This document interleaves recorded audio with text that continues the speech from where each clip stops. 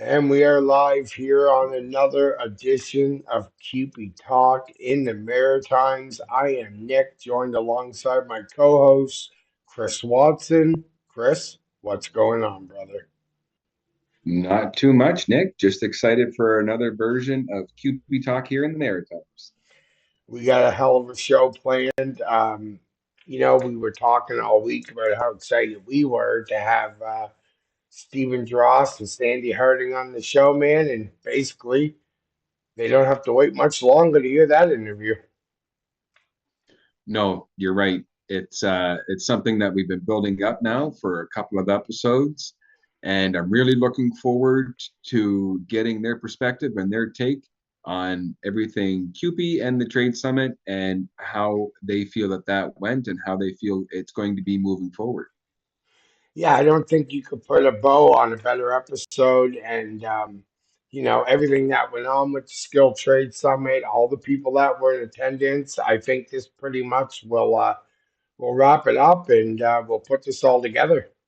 All right. Yeah. No, putting this all together. I look forward to hearing what they have to say, and I look forward to a little piece at the end of this segment as well, where we're going to touch on a bit about activism, which is going to lead us into our next episode that's going to be coming up here in the near future. Absolutely. I look forward to it. So, Chris, if you're ready, I'm ready. I mean, I know I'm ready. Are you ready? I am 100% ready. All right. Well, what do you say? We go live to our interview with Stephen Dross and Sandy Harding. Okay, guys, we are back here on QP Talk in the Maritimes. We are now joined with Stephen Dross and Sandy Harding. Welcome to the show, guys. Thank you. Thanks for having us. Absolutely. We have all sorts of stuff to talk about, and of course, my co-host and I have thought long and hard on how we were going to do this. So I'm going to allow Chris the floor first to kick us off. Chris, it's all yours. All right. Thanks, Nick. As we touched on in our previous episode, we were quite excited coming out of that QP Skilled Trade Summit. And that's what we're here for tonight. We're quite excited to get the leader's perspective on that. So we'll move right into it. My question first is for Sandy. Seeing as this was QP's first Skilled Trade Summit, how do you feel that it went overall? I'm really pleased with how the weekend went. It went, we built it in a certain way that we wanted to provide information, but we really wanted to hear from folks from every sector from our trades. So that they could let us know what's going on in the workplaces, let us know what their wants and needs are, and to then come up with an action plan to address those needs. It was the first time ever that we had a trade summit that we brought skilled trades together. So it was a pretty exciting weekend. We had the premier attend, we had the acting labor minister attend. Because we talk about respecting trades, and we talk a lot about in New Brunswick about keeping trades in the province, bringing trades in, but we talk less about how do we respect, how does government respect their own trades that they have as employees. So I was really pleased how the weekend went. I mean, sometimes there were difficult conversations, some things difficult to hear, but that's how you move out of your comfort zone. That's how you actually get things done. If you can hear the difficult conversations and be able to turn it into solutions. No, perfect. Yeah, Excellent. Chris, just on that too. I really thought that it went well. As Sandy mentioned, it's the first time we had done that. We'd been hearing some concerns out there. We've got many different trades in many different sectors working in many different locations. And we thought, you know what? Let's call them in. Let's hear what they have to say. So our overall goal was to establish that first meeting, let them know that, what it is that we have to do to work with them, We can't fight their battle for them, but there was really good dialogue back and forth. And like Sandy mentioned, there were some challenging issues because there's a lot of misinformation out there. But overall, I felt really, really satisfied for a first time trade summit. And I'm quite sure there's opportunities for many other kinds of summits. And one thing we did achieve is that we as a division, but also the staff and the elected leaders that were there, made the commitment to continue working with the trades to see and find a good path forward so that we can find solutions for each other. So just getting that commitment, recognition it was the first time, and recognition there's a need for more of that, and getting commitment from both sides, all three sides that, yeah, let's do this, let's keep this going. So truly happy with it.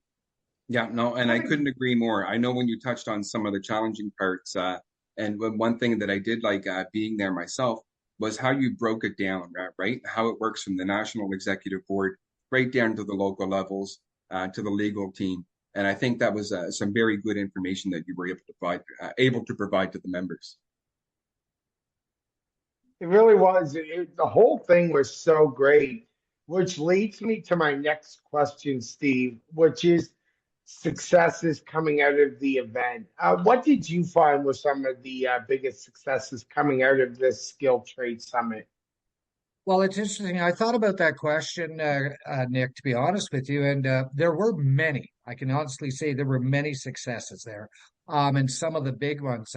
I think one of the biggest ones is that the tradespeople, as Chris had mentioned, they now have a better understanding of how this machine works. Like, let's make no mistake about it.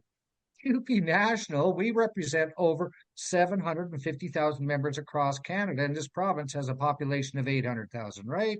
That puts it in perspective. And you only have 1,000 staff to manage those 750,000 people, whereas, in all due respect to the sitting premier, but any premier in New Brunswick, they got 40, 50 plus cabinet ministers. They all have staff and unlimited resources.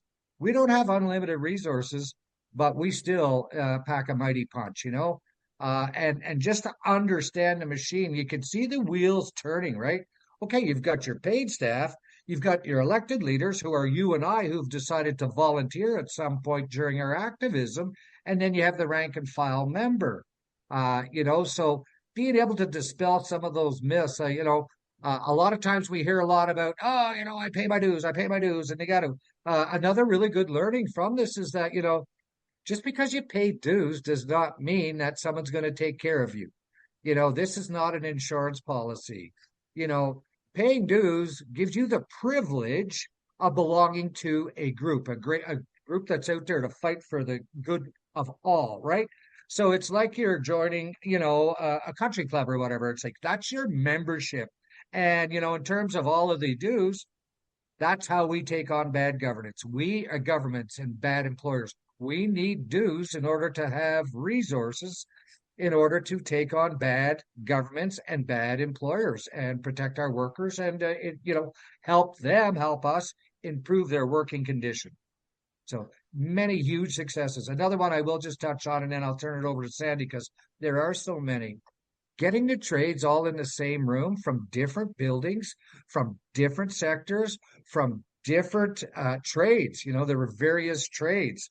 They learned a lot from one another and they made connections now, so just that networking and getting to hear what the other trades are experiencing, I think really helped them feel that they weren't totally isolated and on an island by themselves, that this thing is happening to them, but it's happening to all of the trades right across the board.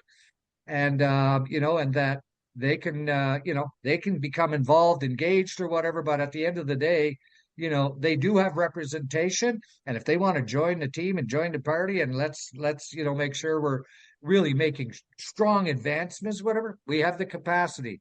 So some great learnings. Yeah, and one of the big successes for me, we go to a lot of events. Steve and I are usually at every event that's happening. Where how many new folks in the room that had never attended a Cupe event before? I was kind of awestruck. It was over half the room had never been to an event. So in reality, they never had a chance to voice their own concerns. It's always through somebody else. So I call that a big success when you can have that many new folks in a room that took that step to come to a Cupe event and participate. I think that's a huge success, and I think that we're training those folks to come forward and also represent themselves. So I would say that's another huge success to the event. Perfect. No, I couldn't agree more. Excellent answers. My next question is for Sandy. And, not thinking about the report back from the breakout sessions, but just the overall event itself. What was the feedback that you received from the attendees, and what are they excited about moving forward? Well, some of the biggest feedback is they feel they're not compensated properly. That they feel that others are in the private sector are compensated, at more money. And it's hard for us to validate whether, we believe what we're being told, but in the private sector, we don't have pay transparency. So employers can be paying people all different amounts. They could pay you this today and then say I'm reducing it tomorrow. So it's hard to make those connections. But really, they want value for the work that they provide. Another important feedback was how many are doing the work of other trades. So, they may be a plumber, but they're doing electrical work or carpentry work, and that, that's not good in the fact that, I think the employer's skirting by with having one or two trades when they should have five or six. And just wanting that voice heard at the bargaining table. Part of why we did a bargaining education was to understand the process. We don't just sit in front of the employer and say, give me A, B, C, and D now. There's a process to it. And at the end of that process is your ability to withdraw service. Like, we provide a service for the employer, our leverage is the ability to withdraw that service, and understanding that it's not just saying, here, employer, and here's all these good stats, and this is why you should give it to us, because we do that. We've got great staff and leaders that come up with that. It's about have the leverage to fight for that as well. So those were sort of the big, similar things that came out of all the breakout sessions. All right, Steve. The feedback, I heard from members individually, but we also heard from them on that last day when we gave them, again, their space and their time. They could get up to the mic. They could say whatever they wanted. No one was going to judge them. No one was going to challenge them or whatever. To me that, they actually, well, like Sandy said, half of them had never been to one of these before. And they went, wow, this is something else, and, because we did put on a really good gig for them, gave them that space and that opportunity to be heard and, discussed on different ways that we can be providing better representation and how they can become involved. But again, I go to a lot of socials. Like Sandy said, her and I attend a lot of conventions, a lot of conferences. We're invited to a lot of things. And one of the things we've been doing in Cupe, the last quite a few years with our strategic planning on a national level is trying to build safer places for unions, safer union spaces. So we decided to have a dry event and we would just provide some finger foods. And I attend a lot of these socials. And if you got 1,000 people there, you're lucky to have 100 show up. Maybe 150, you're pushing it, right? People are off shopping, doing their own thing or whatever. So I was just a little late. It's starting from 7 to 9. I went, oh my goodness, it's like 8 minutes after 7. I got to get back to my room and change. So I cut through where it was, and there was about 15, 20 people. And I went, oh yeah, it's probably good. I went back and changed my clothes, and I came back. It was full house. Everybody was there, and their children and their wives. And so I love to go around and hear from different people from different parts of the province and who are doing, different work or whatever. So I'll purposely go to each table, sit down, ask their names, find out who they are, ask them how they're doing, ask them if there's anything we can do for them during that event or whatever.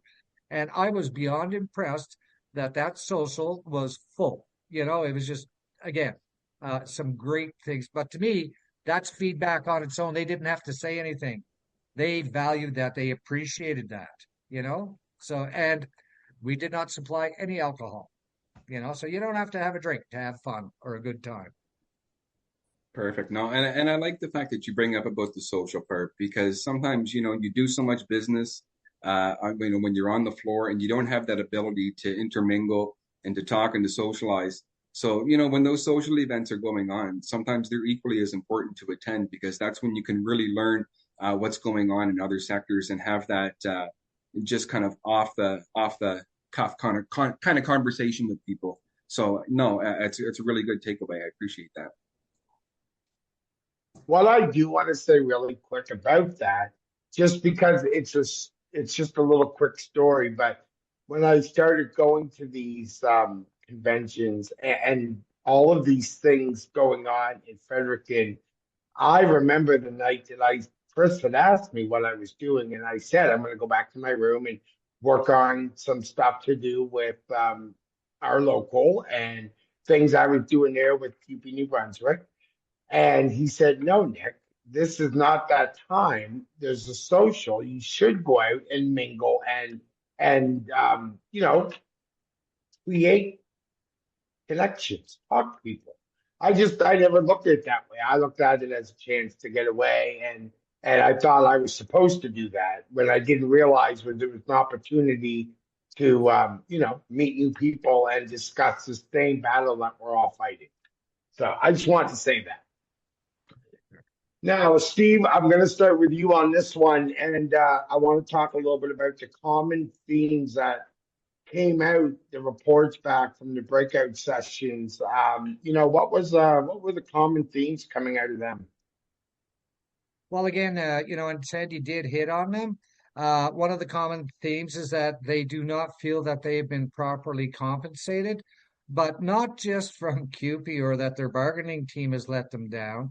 They were able to get into some serious recruitment and retention issues that goes back to the 20-25 years of austerity and governments expecting workers to do more with less. There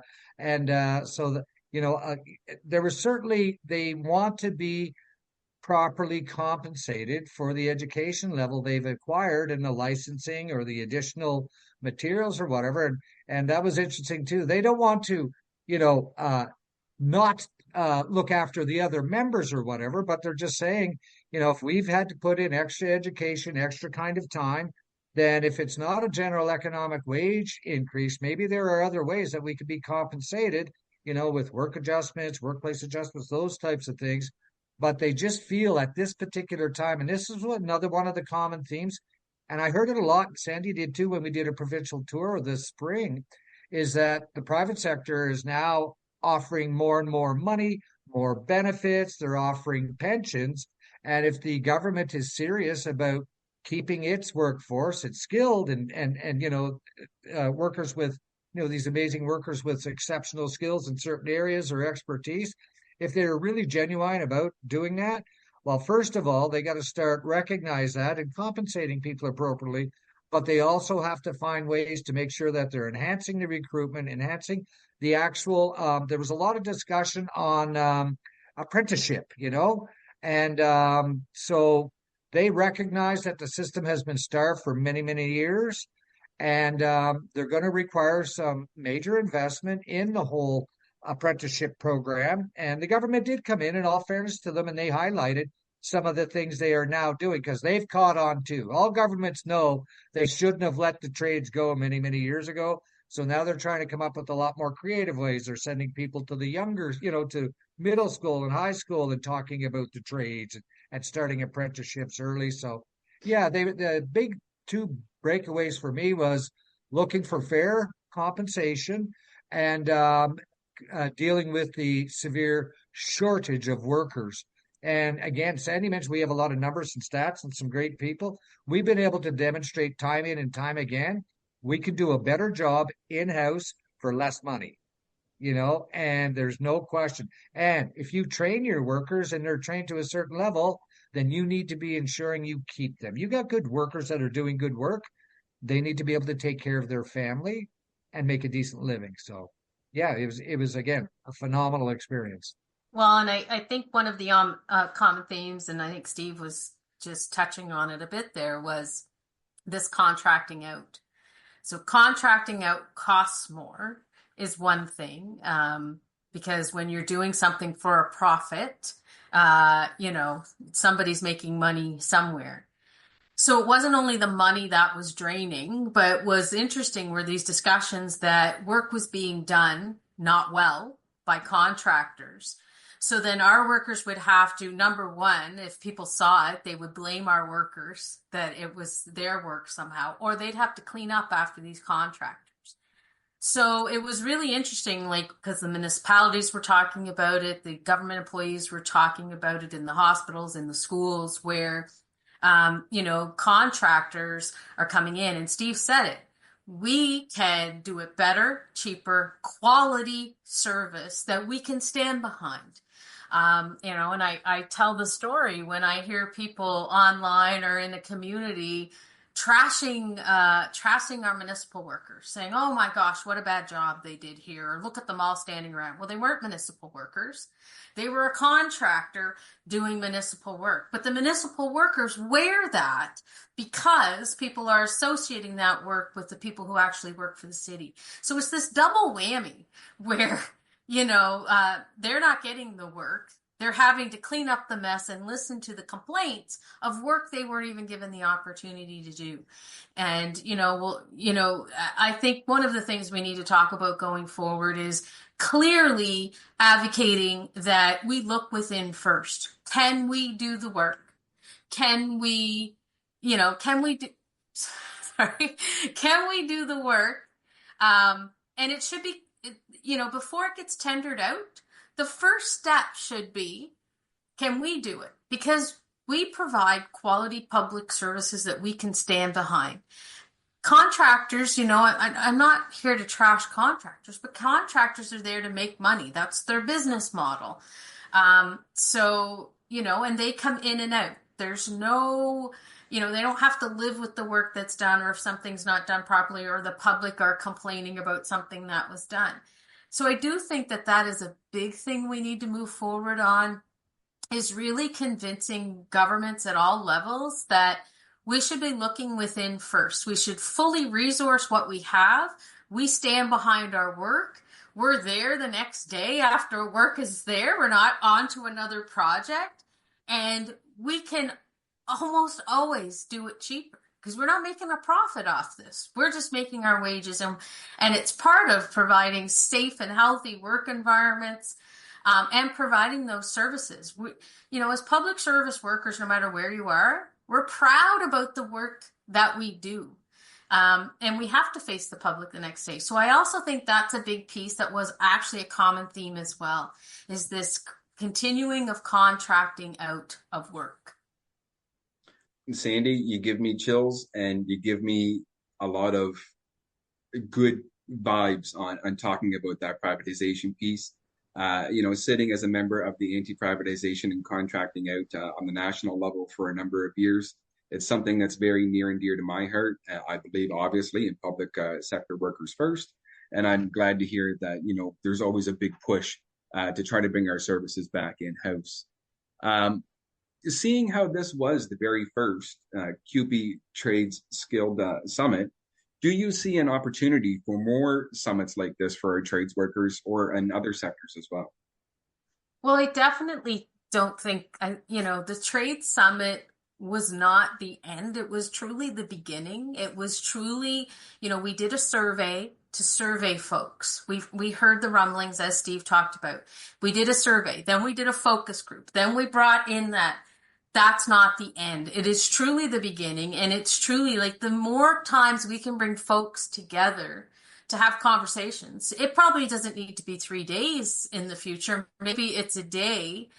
Maybe there's other consultations. But anytime we can hear frontline workers, we gain from that. I know I gain from that. When we go around the province, or I sit at AGMs, or I go on a picket line, or I'm at a rally, or I'm at the ledge, or whatever, anytime I can have a conversation with a frontline worker, I learn something, and I learn to do what I do differently from that.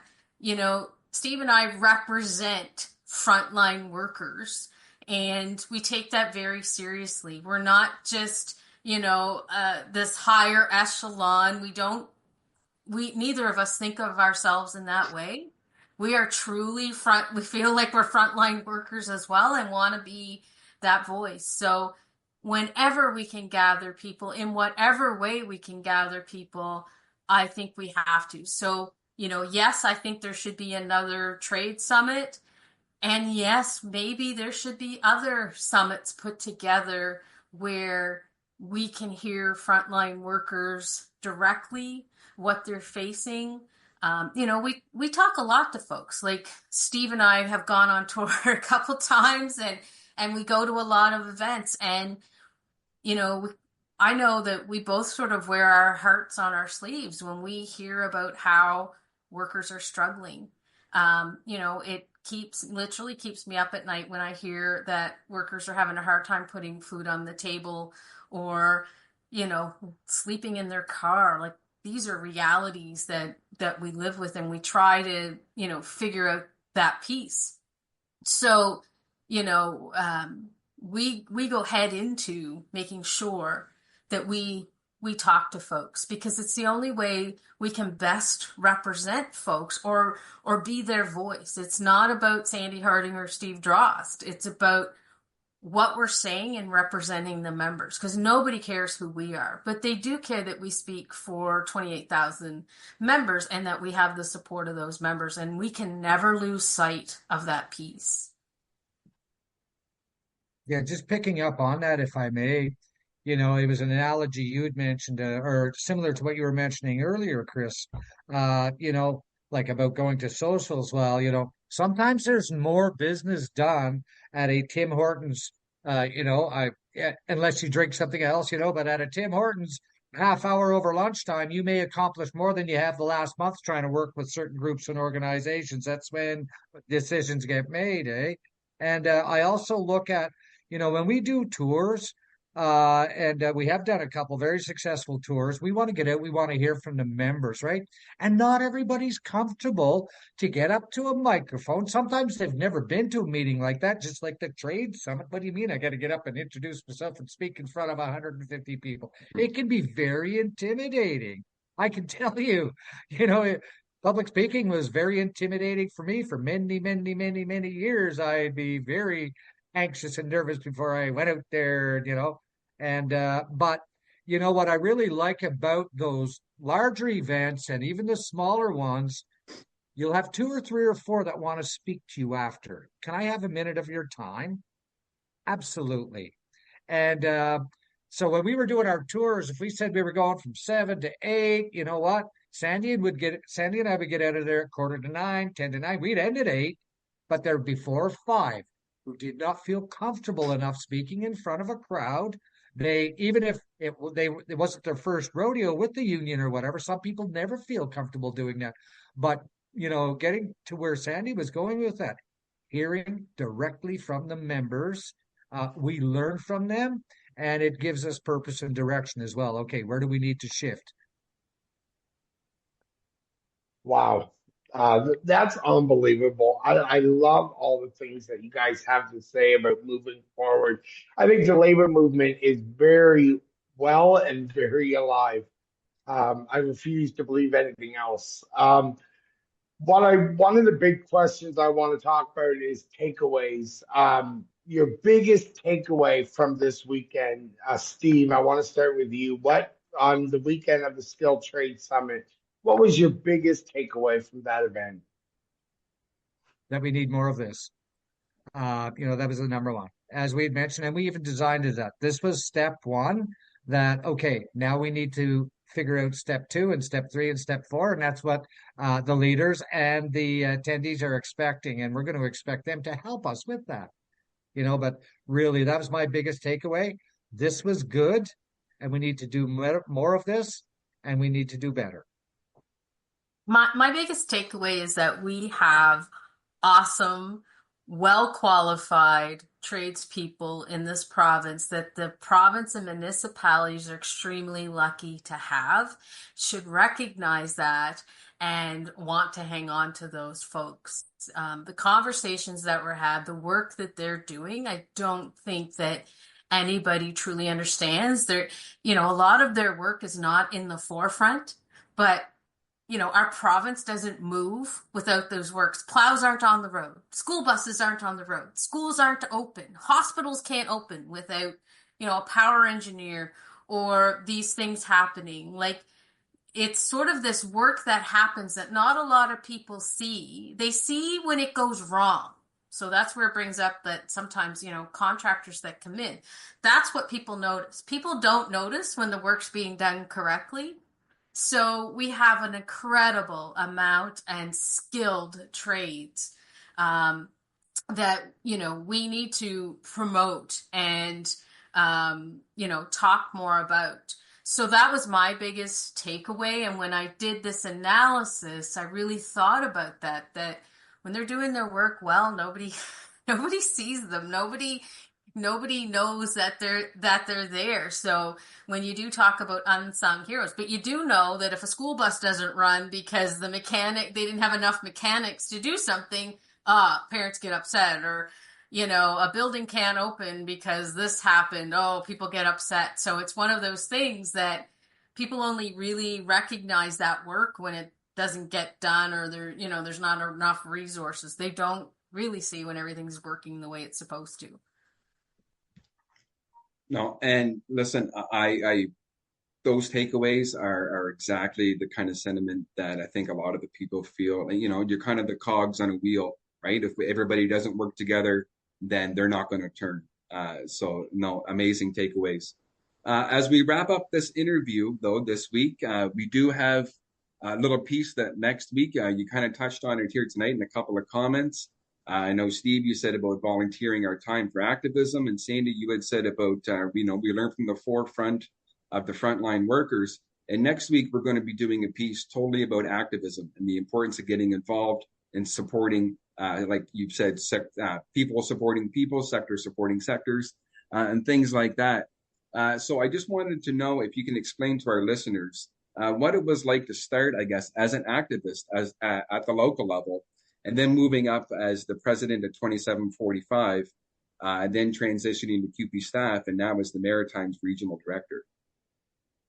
Yeah, I've had quite a journey through the labor movement, and none of it was exactly planned that way. I became involved in 91, 92 as a brand new worker. And of course, we had the big illegal strike of 1992. And that was my first foray into the labor movement, walking into the Lord Beaverbrook rink with literally thousands of people and like jaw dropping, like, oh my goodness, like this is big, and walking the picket lines and all of that. So that was my foray in. I got involved at the committee level. I was on the health and safety committee. That was my first committee, and then worked my way up through, a shop steward position to the labor management committee to a vice president position in the sublocal, then vice president of the provincial local, then president. So it was quite a journey. And then as I was provincial president, I was tapped on the shoulder to provide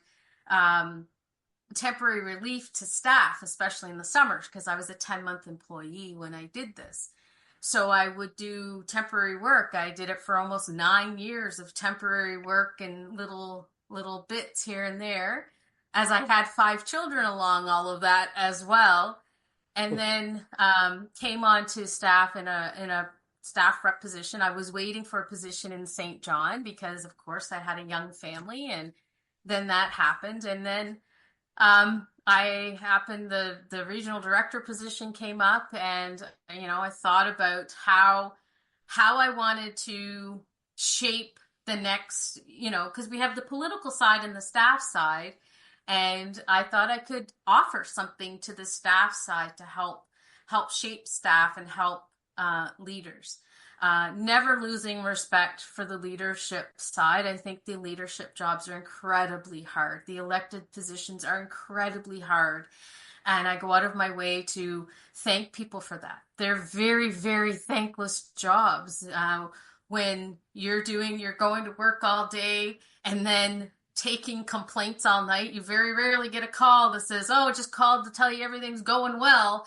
So I really, really, I understand it. I lived it, and I wanted to support those roles in a different way, but I never charted my path.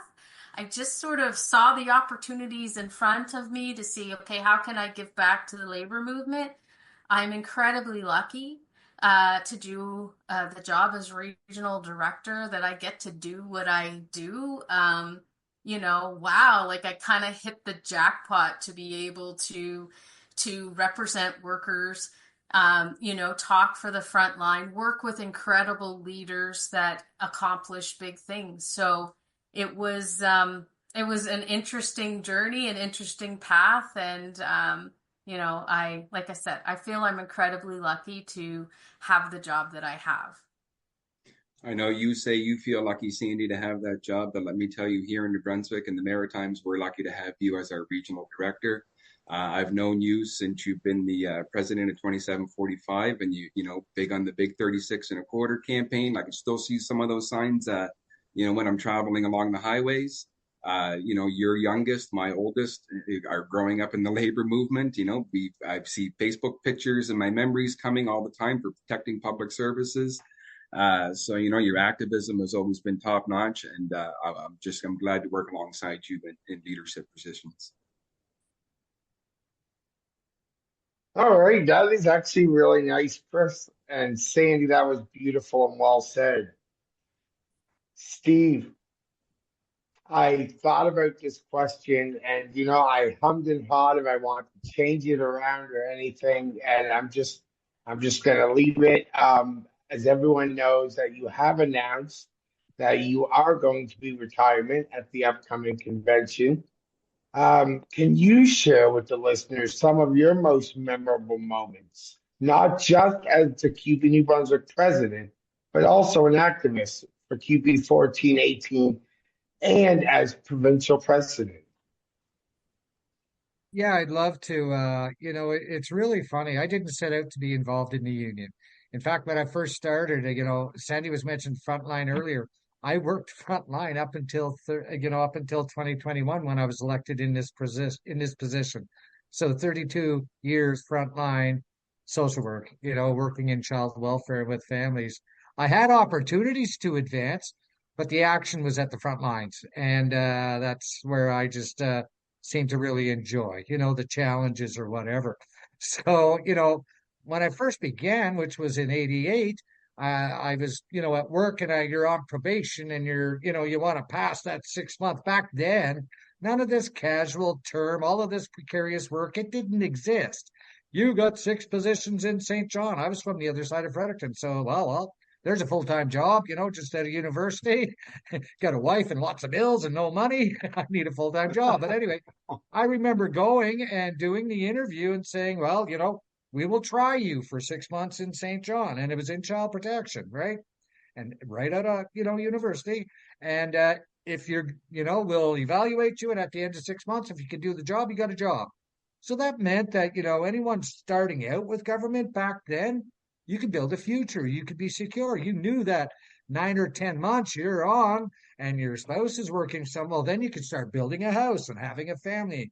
This precarious work drives me crazy. But anyway, I digress. So I'm sitting there, I'm on probation, and of course you want to get everything done. So it's, everyone leaves at 4:30, 4:45. It's about 20 after 5. I'm trying to get caught up because they just introduced computers. I'm not trying to age myself, so I'm doing my entry into that and trying to make sure I'm doing it right. And I get the tap on the shoulder from my supervisor. I look up and she said, "You going to the meeting Thursday night?" And I said, "Meeting? We have a meeting?" "Oh, yes, it's the union meeting." And I went, "We have a union?" "Yes, we do." She said, "It's 1418." She said, "And it's a damn good union, and I expect you to be there." "Well, you're on probation. Guess where I was Thursday night?" Okay. But you know what? I went, and the very first night, we had supervisors, we had a lot of experience, and these people were passionate. They would have debates and they would bring up an issue. And if there was a manager or a bad employer, then they were deciding on how we are going to protect this worker or this group of workers. And I went, wow, this is really cool. So I think I was about 4 or 5 months into it, and all of a sudden I was the secretary of a sublocal, right? So I got involved a little bit because I did have some time. And, one thing led to another. So, I started out at the sublocal level, then I became the area vice president, moved up, onto the provincial executive. Did that for a few years, became the provincial vice president. Once I was in that position, 2 or 3 years later, my president announced we had an amazing president. I'm going to give her a shout out, Denise LeBlanc. I learned a lot from her. She was an amazing woman. She didn't speak maybe as much as me, but when Denise spoke, it meant something. I love to talk, by the way. But anyway, no, so again, I had no intention of doing any of this. This was never my career path or career plan, even to be Cupe, New Brunswick president. So while I'm president of Cupe 1418, I was at the helm with 1,200 members, but an incredible executive. Always had good, solid executive. We had each other's back. So you become a family and you learn from one another, and you hurt for one another when people are going through rough times. It's like you really do form these close bonds. But going back to, okay, I'm now a sub-local. I'm working with the province about a year and a half, 2 years. They said, okay, we're all going on. I remember the supervisor, okay, you're not reporting to work on such and such a day. Why? Well, you're going on strike. What do you mean? What do you mean we're going on strike? Yep. And it was the illegal strike in 92.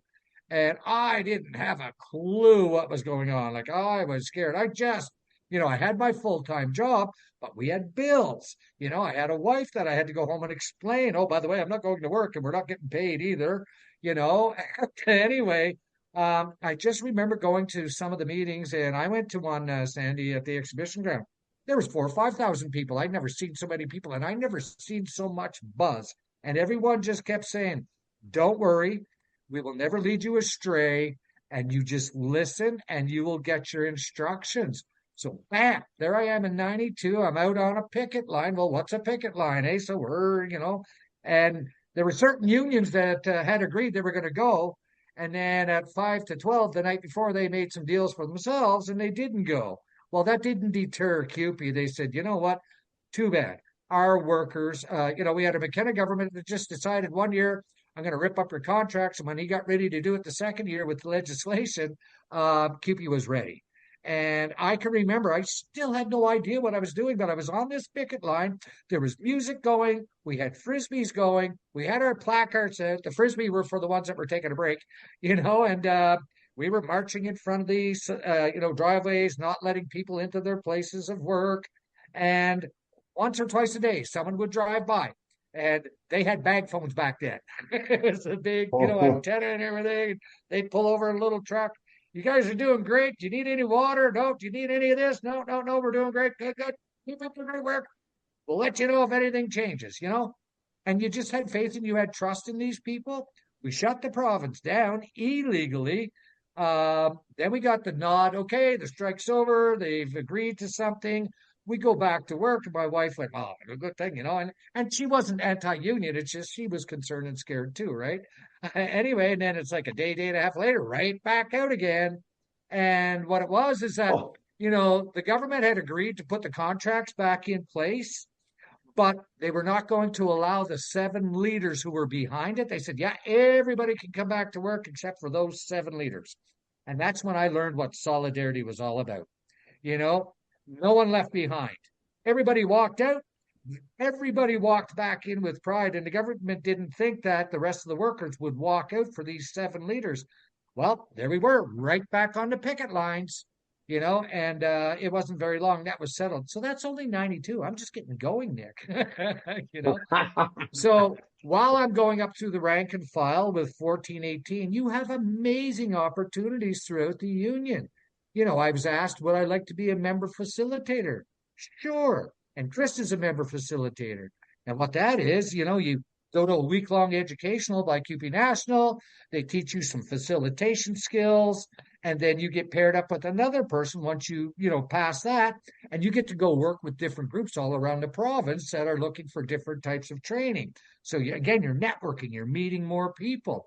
And I also, was doing some work on some committees here locally, And then I got the nod, would you like to be on a national committee with persons with disability? Well, for those that don't know, I do have a disability. And I thought, what a great opportunity. Because they said, it's all, we cover your wages, we cover your expenses. You just call this number, they'll get you an airplane and they'll get you a hotel. And I thought, well, this is gravy. And again, so what I found fascinating about the national committees, now you're working with one or two, you know, people from every province. So you're sitting on these national committees. You've got every CUPE division represented there, and you've got someone from the National Executive Board as a liaison and a staff as a liaison. So again, you're getting to learn, okay, what are they doing on disabilities in Alberta? Probably a poor example, and no disrespect to the members of Alberta, but, like BC, we're doing some amazing stuff. There were other jurisdictions in Canada that were doing phenomenal work, advocating for disability rights and the rights of workers with disabilities and duty to accommodate.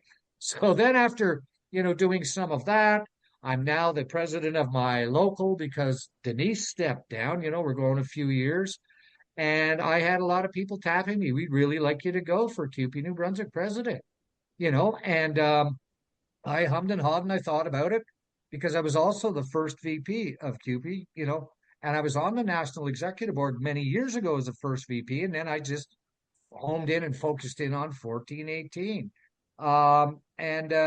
Yeah, up until 2021, I really, this was never my career path. But I'm going to tell you this much, I wouldn't change it for anything. I have met more great people from coast to coast to coast, staff, elected leaders, and members. And I now have lifelong friends and allies right across Canada. And, I started out as a social worker and a clinical social worker. And my daughter said something to me, and kids don't always recognize what their parents say or don't always give them lots of compliments or whatever. And it was quite endearing. It meant a lot to me. She said, Dad, I think it's pretty cool. What's that? She said, well, you protected children and families for years, and now you're protecting workers. And I'm like, you know what, Chantal, you're right. I've been very fortunate. I've been very lucky. I've been at the right place at the right time. And I've had amazing past leaders. I gained my knowledge and my fire in the belly from that strike in 92. Who can ever forget the strike in 2021, Sandy, where you and I led an amazing battle? And there was an evil one that used to run this province, and we kicked him. Anyway, I won't go any further with that. But he had forced wages on all of the other unions and all of the non-bargaining within New Brunswick. And just like in 92, in 2021, our members said, that's it, we're done, we've had enough. And, Sandy and I and 22,500 workers shut the province down. When other unions said they were going to support us on that, and they did when we were on the lines or whatever, but sometimes we're left to lead the fight. And it's something CUPE's never ever shied away from. If it's proper and, we don't use violence, but by goodness, we will stand up for workers and workers' rights. And if you abuse a worker, we're coming after you. So it's been a very humbling experience, Nick. And you mentioned I'm retiring. When I ran in 2021, I actually had made it very, very clear I was running for 2 full terms because I turned 65 this year. And again, that is, I'm grateful and blessed. Many other people never get that chance. But, I've learned from great people. I've had challenges. I've had times I wanted to pull my hair out or pull someone else's hair out, but I mean, that's part of any movement, because one thing I want to get really, really clear to people here, they go, oh, look at that. You got that, president's job now. You're making all this huge money. We're working weekends. We're working nights. If you see where we stay around New Brunswick, we're not staying in palaces. We're not hanging it out down at the jacuzzi, drinking champagne or whatever. We're making calls all weekend long. We're tapping on people to get support, So it's, yeah, I wouldn't trade it for the world. I've had just an incredible experience, and I've met some beautiful people from coast to coast to coast. Steve, I couldn't appreciate that story more. I had some takeaways. There's always takeaways from everything we do. So a takeaway that I got from that was about, when we touched on the activism part is, we take on these different things and we go to it. You go to it not planning to be in these leadership positions. You go to it because you're passionate for the cause and you know it needs to be done and you got to be there because that's what solidarity is all about. And the other piece was trust your leadership. When you touched back on 92 about going out, the first day and not knowing exactly why, but you were told to be out there, you trusted your leadership. And then when your leadership needed you, you didn't turn your back on them. You showed true solidarity, and you went back out. And I'm glad you touched on that facilitation because Nick and I are actually going to be at the Cupe week-long education coming up at the end of the month. So we're going to be doing a piece while we're there. We're going to be getting some interviews from some attendees. We're going to be interviewing some of the facilitators when they're not busy because being a member facilitator, there's a lot of work that goes on behind the scenes. And one of the other things I'm glad you touched on too was about making the friendships across Canada. When we get involved, especially on the national level, on these committees and things like that, you do form these bonds and friendships.